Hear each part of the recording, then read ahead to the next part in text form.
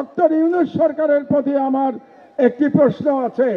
আপনারা কেন অপ্রয়োজনীয় ইস্যু তৈরি করছেন? নারী কমিশন করবার জন্য জুলাই বিপ্লবের তরুণেরা জীবন দেয় নাই।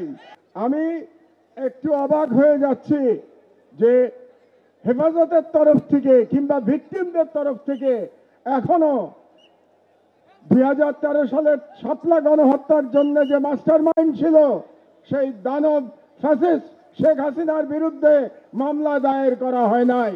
আপনারা কেন এখনো মামলা দায়ের করেন নাই আমি জানি না।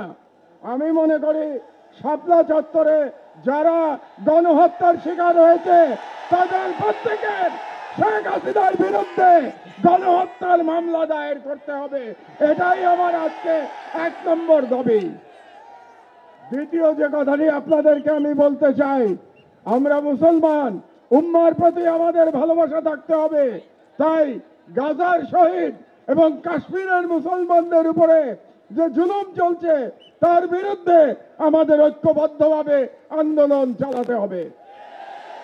3 নম্বর কথা আমি বলতে চাই, আমার বক্তব্য দীর্ঘায়িত করব না। এখানে অনেক ওলামায়ে একরামরা আছেন যারা মূল্যবান বক্তব্য দেবেন। আপনারা নারী নীতি নিয়ে প্রশ্ন তুলেছেন। এ ব্যাপারে প্রথমে ডক্টর ইউনূস সরকারের প্রতি আমার একটি প্রশ্ন আছে যে আপনারা কেন অপ্রয়োজনীয় ইস্যু তৈরি করছেন? নারী কমিশন করবার জন্য জুলাই বিপ্লবের তরুণেরা জীবন দেয় নাই।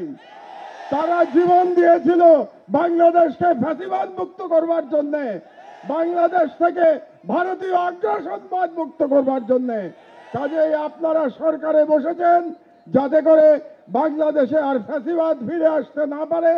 আপনাদের দায়িত্ব শুধুমাত্র সেই সংস্কারগুলি করা যে সংস্কারের মাধ্যমে বাংলাদেশে ফ্যাসিবাদের পুনরুত্থানের পথ আমরা বন্ধ করতে পারবো। কাজেই ডক্টর ইউনূস সরকারের প্রতি আমার বাংলাদেশের একজন প্রবীণ নাগরিক হিসেবে পরামর্শ থাকবে, আপনারা অপ্রয়োজনীয় ইস্যু তৈরি করবেন না। এবং আমরা দেখতে পেয়েছি আপনারা অনেকগুলো অপ্রয়োজনীয় সংস্কার কমিশন করেছেন। এই সমস্ত সংস্কার কমিশনের কোনো প্রয়োজন ছিল না।